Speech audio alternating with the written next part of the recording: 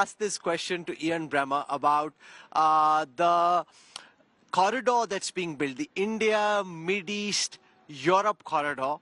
President Biden committed to it in a big way. You had the Saudis on the table, you had the Europeans on the table, India pushing for it.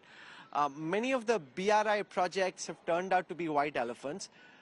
This is seen in some ways as a counter to the BRI. How effective a counter do you see this infrastructure project being once it's up and going, the corridor? Well, first of all, Samir has already talked about this as a development global summit, and that was, of course, a very significant focus.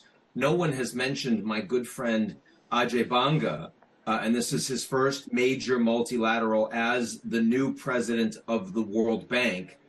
India background, very strong commitment and experience to the global South, but an American and appointed and very close to President Biden and the administration. That's a big success in this meeting. He's been driving very hard to unlock more money specifically for World Bank commitments to multilateral projects in lower and mid-developing countries. So yes, I'm delighted to see that that is a part of the focus and allowed for a much more productive meeting bilateral between Modi and Biden at this trip. Having said that, this is still a comparatively small announcement in the context of the money that BRI is putting out around the world, even with China under more economic difficult circumstances today. It's over 10 years, the announcements of these investments going into this new corridor, a lot of private sector leverage. The initial U.S. commitment and contribution needs to be approved by Congress. That is not a trivial matter in the United States, either this year or going forward. So there still are big questions about how much American leadership can be committed for the medium to long term, given the political instability in the United States. It pains me to say that, but it nonetheless is the case. So yes, a step, a positive step, but I think Samir made the point that as long as BRI is the only game in town, that's where everyone's going to go. And I agree with Kishore that there will be a lot more countries showing up at BRI than there would be at any other multilateral framework for economic development. The reason for that is because the Chinese are still writing the biggest checks. The African Union doesn't want to be primarily aligned with China. They just don't have anybody else that cares, don't have anybody else that's investing. And I think that this weekend's announcement doesn't change that reality. Final words, Samir Saran, I'll start with you. The Prime Minister calling for a virtual summit in November. The idea really being to look at the outcomes in the Delhi Declaration to see what can be done before the baton is handed. It's already been handed over, but before Brazil gets really started, to see what can be done to push forward the Delhi agenda. What do you see happen from here? Samir Saran. Rahul, of course, there are three big dates, or rather moments in the coming 3 months that are of interest to all of us. The UNGA, the high-level week, in a couple of weeks from now. Then you have, of course, the discussions around the COP28, and then the handover to Brazil of the G20 presidency.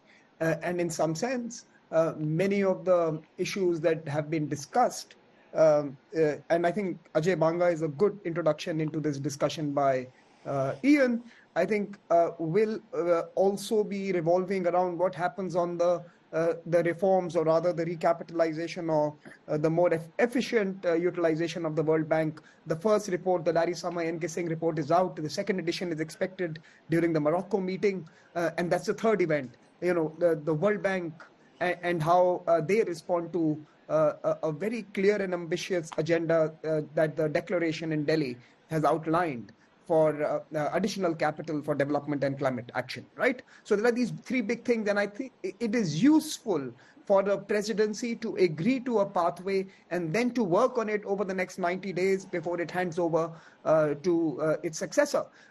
We saw that, of course, in Bali, to be fair, Ukraine kind of hawked the entire discussion, and everything else was minimalist, and it did not leave an imprint. But this declaration is so ambitious that it would be useful to set up smaller groups and teams in the Troika, India, Brazil, South Africa, that will run with this over the next 3 years. I think that's the first point. I could not help, Rahul, I have to intervene. I was left out of that wonderful conversation between Ian and Kishore. Look, I think one of the big takeaways from the Indian G20 presidency is that partnerships matter. Countries and group of countries that are able to attract partners with significant weight and significant competence and capabilities will be who will succeed in this century. You cannot go it alone, and countries who believe that they can do it alone will struggle. And I think that's the takeaway. Vasudeva Kutumbakam, we are one earth, one family, one future. That's the model.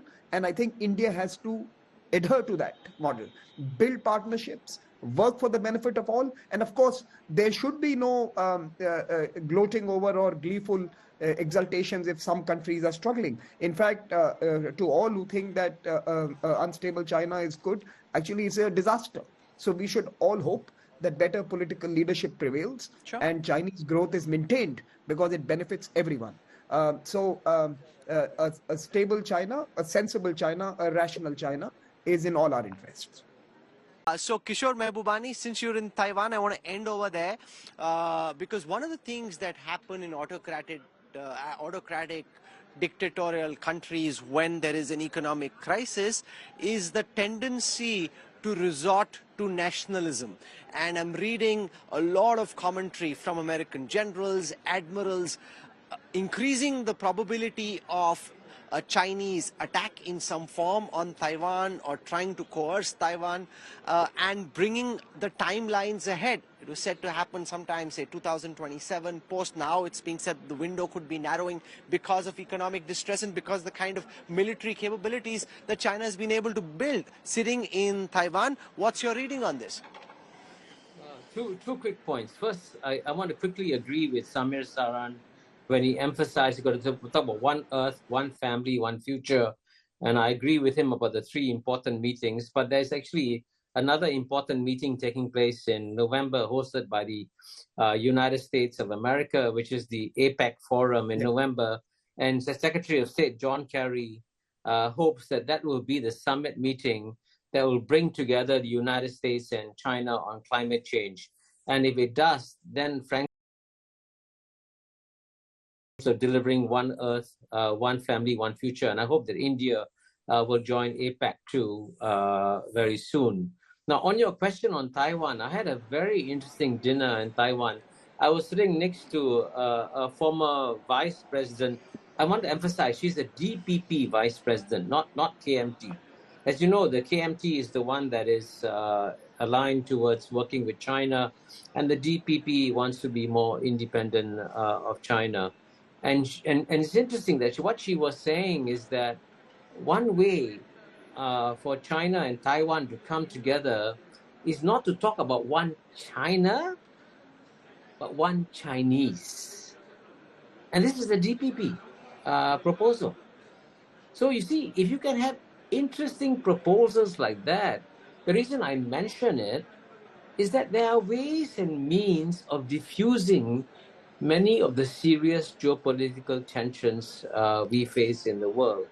And if you ask me to make a simple bet as to whether or not there'll be a war over Taiwan over the next 10 years, I predict that there'll be no war.